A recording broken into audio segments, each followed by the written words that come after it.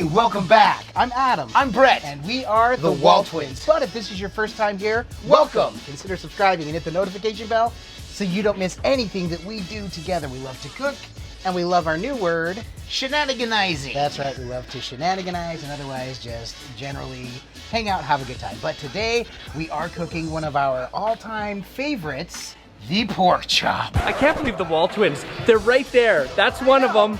That's the other one. I'm the other one. You know, pork chops are another one that a lot of people think only belong on the grill. These ones I've had outstanding at restaurants that are on the flat top, and I've made them on the Blackstone. In fact, I first perfected my own recipe, I would say, cooking on the electric griddle inside the house. So this is no different. Well, it is different. It's a different process on the Blackstone. Yep. But we've come to love it. I'm showing Brett how I do pork chops on the Blackstone griddle. I love it, and I can't wait to dig into it. For this one, the groceries are super simple. Our pork chops and our usual suspects, which are salt, pepper, garlic powder, onion powder, adobo, and accents. That's right. We will be using this very liberally on both sides. This is one of those that the more that gets in there, the better. Now, I've done this. I've brined my pork chops before, set them overnight, set them for a couple of hours in a brine, and I will tell you, they're outstanding. Yes. But cooking them just like this and using my, I guess it almost becomes a rub. Quite essentially what it is a rub.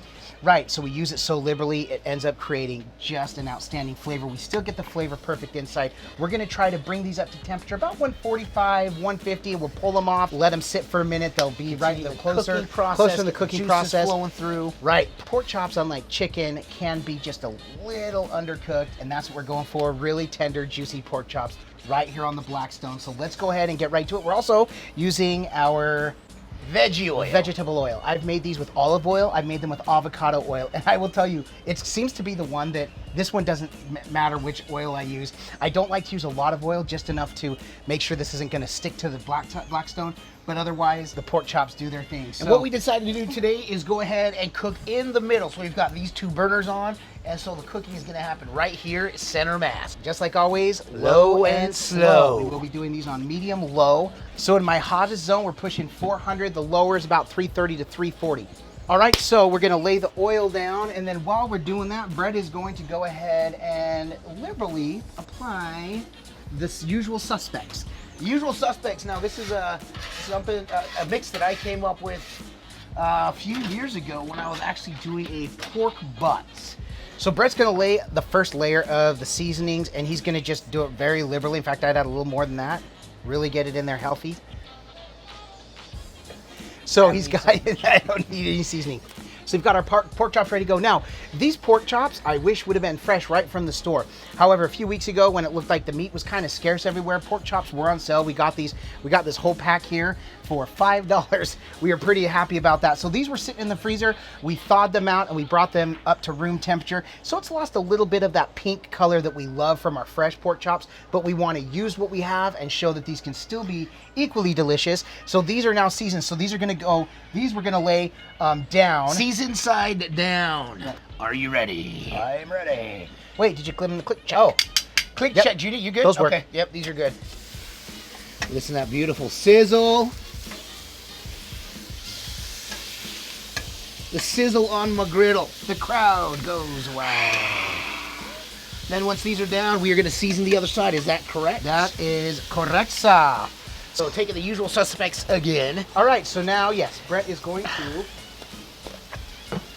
lay down as the seasoning, and again, we're doing it very liberally because you can get, that seasoning is going to be spectacular. Now, typically when I do pork chops, if I'm inside, I'll leave them for 5 minutes per side. I'll leave it on 5 minutes, then I'll flip it. This time though, because the Blackstone does have its hot zones and it cooks a little bit quicker, we'll be checking after about 2 or 3 minutes. We'll just look. If it looks like it's getting some good color, we'll go ahead and give these a flip. And then from that point, it's just rotating until they're done. If you followed our channel, anytime we're using meat just about, we're using what we call the usual suspects. We call this the usual suspects because, well, from the time that Brett introduced this to me, we've used this on every cook. If I'm ever calling Brett and saying, hey, what are we using for this? He says usual suspects plus this, and I know exactly what he's talking about. But Brett, where did that first come from? It's just putting them all together. It came on, I had a pork butt, and I wanted to season it I didn't know exactly how. I knew I didn't want to do like a smoked pork butt or anything like that. In my kitchen, my oven at the time, for some reason would only heat on broil. Would only go to broil, which is the highest temperature. Myo times have changed, huh? Yes, so I was like, okay, I know this is gonna be fast. Let's get a nice rub on it. So I took the usual suspects, added a little bit of butter, melted butter to it, and then rubbed it on the outside on both sides. And then I dusted on some more of the usual suspects, put it in, 30 minutes, pulled it out, wait 5 minutes, flip it, put it in, and that lasted anywhere from about an hour and a half to 2 hour cook. The most amazing pork. My daughters say I make the best chicken. I happen to think I like it. No, I'm just kidding. It's amazing on everything that works for our palate. So It really does. Go ahead and give those a check. Lift it real quick just to give it a look underneath. Okay. what do you think? I think it's good enough to turn, man. It's got a little browning on there. Got that nice little sear around the edges yeah, there. got a little sear going on. Yeah, we got that too. Perfect. Those Now, are of course, looking these great. ones, I have a feeling these aren't going to be quite as ready because Okay. this is your hot zone. Okay, that's So fine. that one's not even Leave quite it. ready yet. And we're going to do each one of these Yep. as needed. Yep, absolutely. So we can move those. We can also turn this one up just a little bit more. Check the front one as well, just in case. Yeah, good. Okay, good, perfect. Okay, so those ones need a little bit of time. So here's what's funny about the usual suspects. Brett was raving about this pork butt that he made all the time, and he finally made it for me. And I remember watching the process, and he used the usual suspects liberally. He put down a lot of salt, a lot of pepper, a lot of garlic powder, a lot of onion powder, the accent, the adobo. And I thought, there's no way, this is gonna be so salty and so nasty. There's no way it's gonna be any good. I still remember the first time tearing off a piece of the pork, which was super tender, and just seeing the juice that was still in there.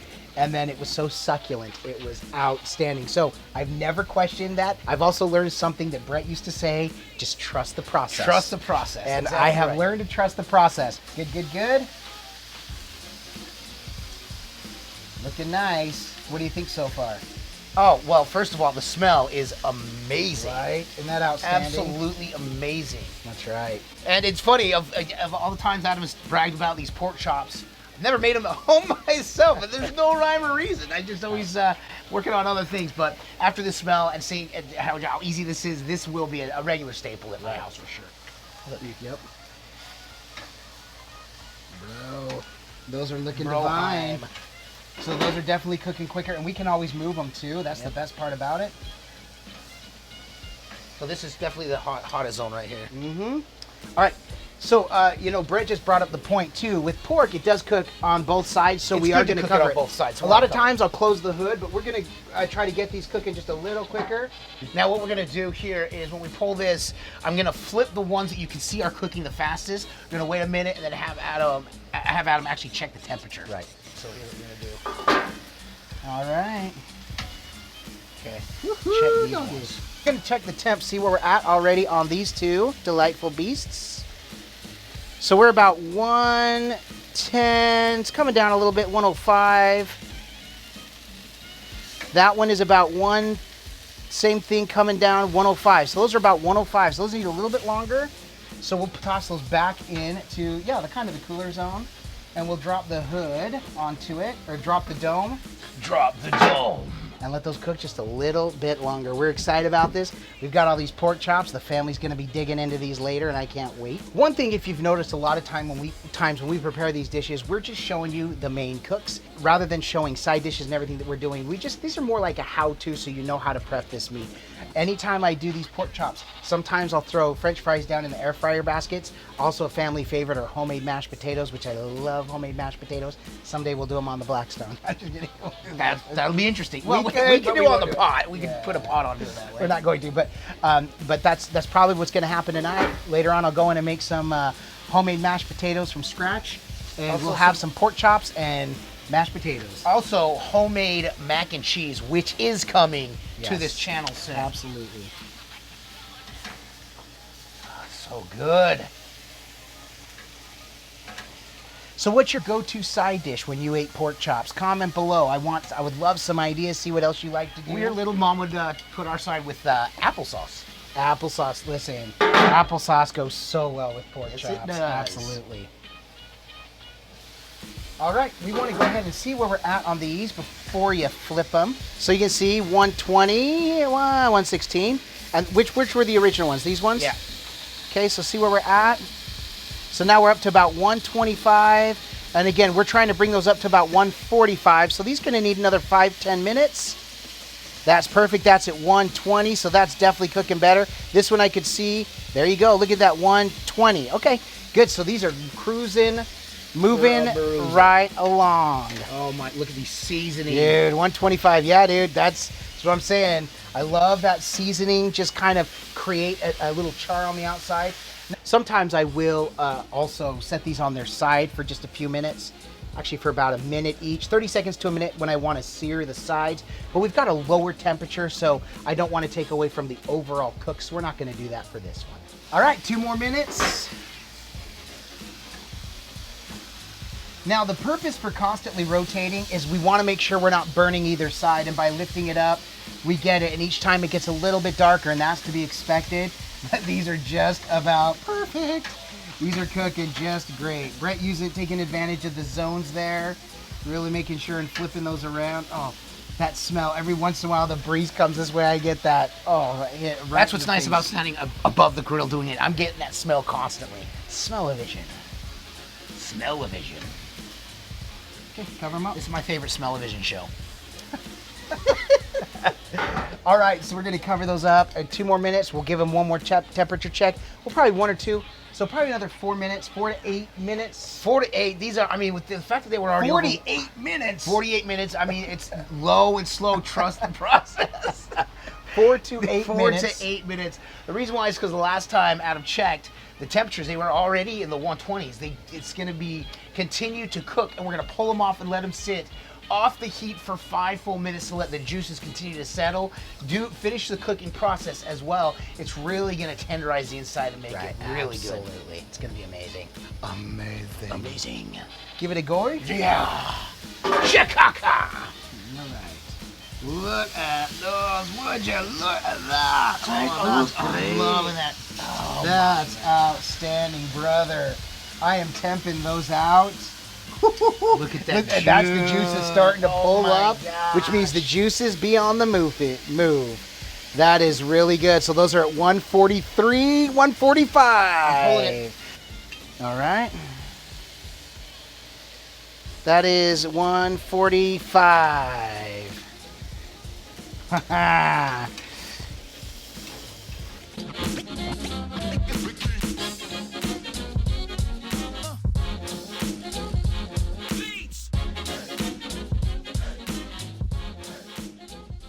All right, these things are insanely juicy.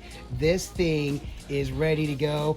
These are the Farberware Edge Keeper knives. These cut like through anything like butter. We absolutely love them. Gonna give this nice soft cut. I can't wait to cut into this, buddy. I'm gonna get a big nice cut right like through butter. Look at the juice in that. Let me move this. Look at the juice. Do you see this juice? Oh my God. Look at the juice just come pouring out of that. Look at that. That juice is just coming through like crazy. That is exactly how we wanted it. Didn't quite get the layer of pink, but they were perfect. Look at that. I can't wait to dig into that. Oh my stars, bro. Well, there it is. Oh, there my it is. Goodness. These pork chops, I know I laugh every time we make a good cook, but yeah, this is another good one. I love cooking these pork chops. Now, this would be awesome to be able to go to the butcher and get a perfect cut of pork right as we could. But again, for a little bit there, we weren't sure what we were going to be able to get. I saw this pack of pork chops, went for it. 5 bones. Yeah, saved it for a rainy day. Well, it ain't raining here in Central Florida today, at least right this minute. Right. But wait 5 minutes. Right, wait 5 minutes. But right now, this is spectacular. These were off of the grill for a little more than 5 minutes now, any longer, and I'm not gonna be able to handle this. This is just dripping off the plate here. My goodness, this is amazing. I don't want to talk anymore. But Brett, like we say, It can look amazing. it can look amazing, which these look spectacular. It can smell amazing. Oh my goodness, the whole entire cook. If it doesn't Oh, taste boy. amazing, this was all for naught. Cheers. I'll eat to that, my brother. Okay, let those seasonings get all the way through there. This is just dripping off the plate, man. Oh my gosh. That thick cut of pork chop. This is a type of thing that I say I would go to a restaurant just for this right here. Right, right. Absolutely amazing. Oh, The one thing I want to show you. Look at the juice. Don't know if you can see this without me dipping it.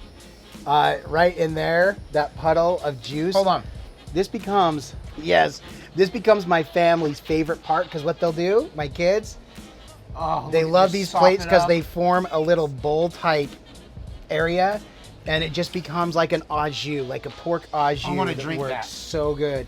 It gives it so much flavor. I've used that for my gravy. Like I said, these will be with mashed potatoes. It would also be good. Cook up some jasmine rice. That juice Oh, would be heck so yeah. good in the rice. Absolutely, it is so good. But the usual suspects works perfectly on this.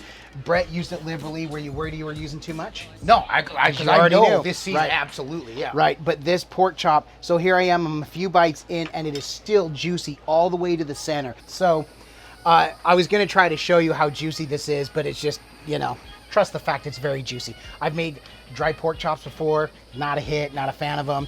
These are perfectly juicy. They're still super hot. The family's gonna love these later. We're gonna wrap these, make sure these are good to go. But speaking of going, Brett, I wanna get the family fed and get myself fed. I got some mashed potatoes to make up with these. But man, other than coming to cook these outstanding pork chops and listening to the soft soothing sounds of Florida with the cicadas, why else They're did we cheering for us. why else did we come to do this? Because all we do is twin. No matter what. And with that, we bid you adieu. And don't Forget to like and subscribe. And griddle on.